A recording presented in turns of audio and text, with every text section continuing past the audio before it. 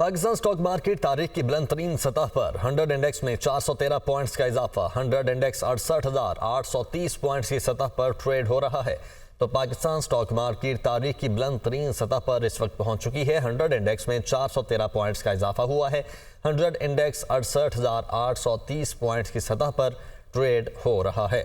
तो हम देख रहे हैं कि जैसे ही मुआशी पॉलिसीज में इस्तेहकाम आ रहा है और जैसे ही ख़ास तौर पर वर्ल्ड बैंक की जानिब से पाकिस्तान को जो अमाउंट दी गई है और उसकी कमिट किया गया है, उस पर आज हम देख रहे हैं कि पाकिस्तान स्टॉक मार्केट में 413 पॉइंट्स का इजाफा हुआ है और उसके बाद 68,830 पॉइंट्स की सतह पर पाकिस्तान स्टॉक एक्सचेंज इस वक्त ट्रेड कर रही है। तो पाकिस्तान की तारीख में स्टॉक मार्केट इस वक्त बुलंद तरीन सतह पर पहुंच चुकी है और आज की अगर बात की जाए तो 413 पॉइंट्स का इजाफा हुआ है, जबकि 100 इंडेक्स 68,830 पॉइंट्स की सतह पर ट्रेड हो रहा है। जब से नई हुकूमत पाकिस्तान में आई है तब से हम देख रहे हैं कि पाकिस्तान स्टॉक मार्केट में बेहतरी आ रही है और दिन ब दिन कुछ पॉइंट्स का इजाफा हो रहा है। आज 413 पॉइंट्स का इजाफा हुआ है, जिसके बाद अब इस वक्त पाकिस्तान की तारीख में सबसे बुलंद तरीन सतह पर हम मार्केट को देख रहे हैं। 68,830 पॉइंट्स की सतह पर इस वक्त ट्रेड कर रही है। हमने IMF का प्रोग्राम देखा, उसमें कामयाबी के बाद और ख़ास तौर पर जो आज ये खबर आप तक पहुंचाई कि वर्ल्ड बैंक की जानिब से भी कमिट कर लिया गया है अमाउंट को, उसके बाद पाकिस्तान स्टॉक मार्केट में मुस्बत रुझान देखा जा रहा है। शाहरा पर शंजरपुर के करीब ऑयल टैंकर उलट गया। टैंकर में 48,000 लीटर डीजल मौजूद है। रेस्क्यूज राय की जानिब से यह बताया गया टैंकर से डीजल बहने के बायस कौमी शाहरा को ट्रैफिक के लिए बंद कर दिया गया था। हादसा ड्राइवर को नींद आने की वजह से पेश आया। रेस्क्यूज राय की जानिब से ये बताया जा रहा है और 48,000 लीटर डीजल इसमें मौजूद था। आगे बढ़ते हैं। सऊदी अरब में आज शवाल का चांद नजर आने का इम्कान नहीं है। माहिरीन फल्कियात के मुताबिक सऊदी अरब में ईद उल फितर बुध को होने का इम्कान है। सऊदी अरब में शवाल का चांद देखने के लिए इजलास आज होगा। तो सऊदी अरब में आज शवाल का चांद नजर आने का इम्कान नहीं है। सऊदी अरब में ईद उल फितर बुध को होने का इम्कान जाहिर किया जा रहा है, जबकि शवाल का चांद देखने के लिए मरकजी रोयत हिलाल कमेटी का इजलास कल होगा। महकमे मौसमियात और माहिरीन फल्कियात का कहना है कि मतला साफ होने पर रोयत हिलाल का इम्कान रद्द नहीं किया जा सकता। पाकिस्तान में 29 रोज़ों और सऊदी अरब में 30 रोज़ों के बाद ईद उल फितर एक ही रोज़ 10 अप्रैल बरोज़ बुध को होने का इम्कान है।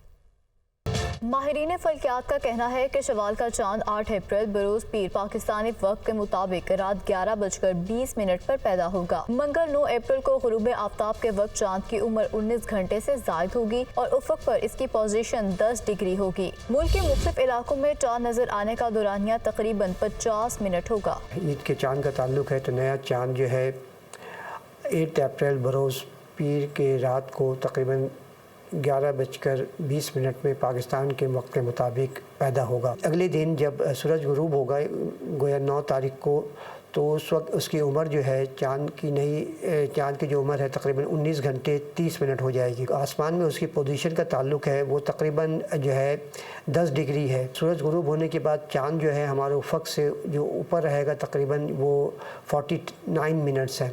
तो ये जो पैरामीटर्स बता रहे हैं कि ये नज़र आने के लिए काफ़ी हैं। तो इंशाअल्लाह ईद जो है 10 अप्रैल को बरोज़ बुध के दिन होगी। महकमा मौसमियात के मुताबिक बलूचिस्तान के साहिली इलाकों और कराची में मतला साफ होने की वजह से इस बात का कवी इम्कान है कि शवाल का चांद 9 अप्रैल बरोज मंगल को नजर आ जाएगा। चांद का एक हिस्सा रोशन होगा, लिहाजा ये चांद इस साल रमजान मुबारक के चांद की निस्बत बारीक और मुश्किल से नजर आएगा। जो सिंध और बलूचिस्तान के साहिली इलाके हैं, यहाँ पे बहुत ज़्यादा इम्कानात हैं कि आप नेकेड आई से जो है चांद देख सकते हैं। कराची समेत कई इलाकों के अंदर साफ मौसम की तवक्को की जा रही है, मगर क्योंकि चांद जो है बहुत ही बारीक होगा, वजह यह है कि उसकी सिर्फ 1% जो है रोशन चांद नज़र आएगा और बुलंदी भी तकरीबन 10 डिग्री है।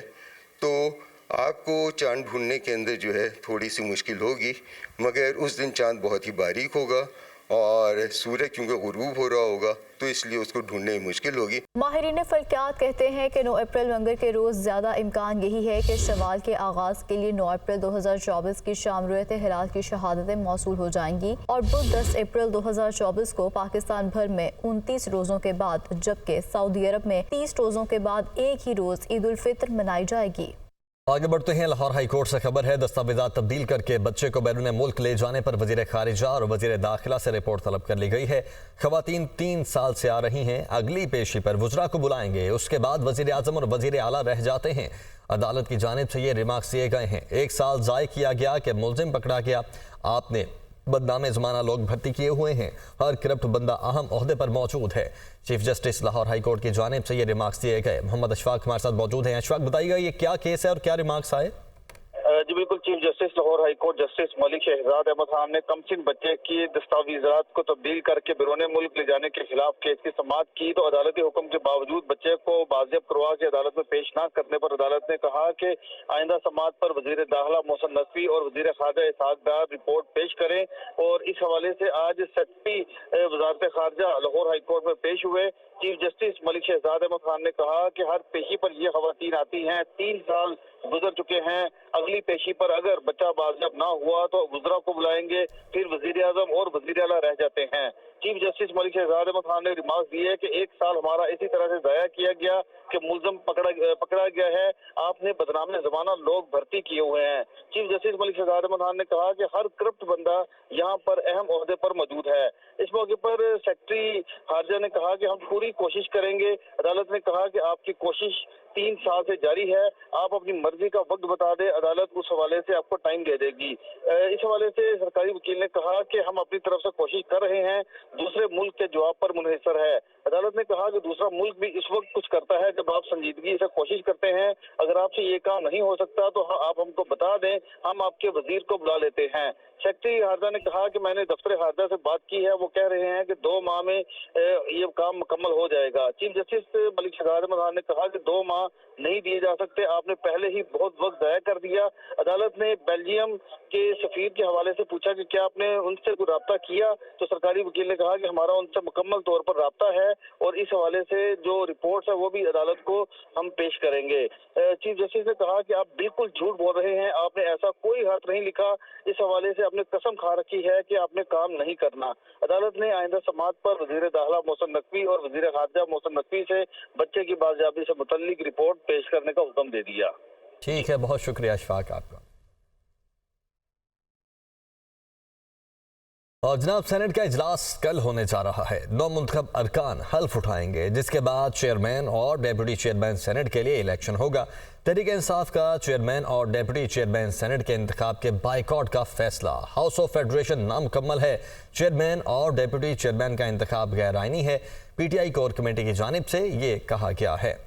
तो इसी पर बात करने के लिए वकार सैयद हमारे साथ मौजूद हैं। वकार, बताइएगा क्या डिटेल्स हैं और कल ये इजलास तलब किया गया है?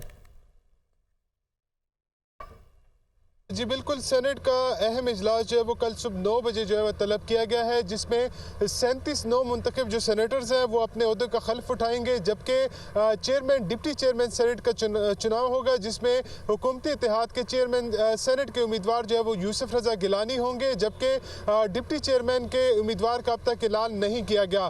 ताम जो सबसे बड़ी खबर है वो ये है कि पाकिस्तान तहरीक इंसाफ की जो कोर कमेटी है और जो सियासी कमेटी है, उन्होंने मुश्तरका तौर पर ये फैसला किया है कि सेनेट में चेयरमैन और डिप्टी चेयरमैन सेनेट के इंतखाब का जो है बाइकाट किया जाएगा, जबकि ये जो इलेक्शन है इसको गैर आइनी करार दिया है। जबकि जो हमारे ज़राए हैं वो ये बता रहे हैं कि PTI की जानिब से मौक़िफ़ अपनाया गया कि हाउस ऑफ फेडरेशन जो है वो नामुकम्मल है, इलेक्टोरल कॉलेज जो है मुकम्मल नहीं, लिहाजा चेयरमैन और डिप्टी चेयरमैन का जो इंतखाब है ये गैर आइनी होगा। जबकि खैबर पख्तूनख्वा के सेनेटर्स का इंतखाब किए बगैर चेयरमैन सेनेट का इंतखाब जो है वो आइनी स्कीम के भी खिलाफ है। जबकि ज़राए का ये कहना है कि जो कोर कमेटी है उसमें यह भी डिस्कस किया गया कि चेयरमैन सेनेट की आदम मौजूदगी में सेनेट जो है वो अमलन जो है गैर फाल है, लिहाजा जो सेनेट सेक्रेटरीट है, जो सेक्रेटरी सेनेट है, वो इंतजामी फैसलों के अलावा कोई फैसला जो है वो नहीं ले सकते। जबकि सेक्रेटरी सेनेट जो है वो दबाव में आकर आज खुद जो है वो आइन की तशरीह नहीं कर सकते, ऐसा कहना है जो ज़राए हैं कोर कमेटी पाकिस्तान तहरीक इंसाफ का। जबकि चेयरमैन सेनेट के बगैर ऐवान बाला सिर्फ एक डिपार्टमेंट की हद तक जो है महदूद हो गया है, ये भी डिस्कस किया गया था कोर कमेटी में। जबकि जो कोर कमेटी है उनकी जानिब से कहा गया कि जो सेनेट को गैर फाल करने वालों के जिम्मेदारान के खिलाफ जो है वो आइन शिकनी की कार्रवाई होनी चाहिए, क्योंकि जमहूरी दौर में पहली दफ़ा हुआ है कि जो सेनेट है वो गैर फाल है। गैर फाल है। बहुत शुक्रिया वकार।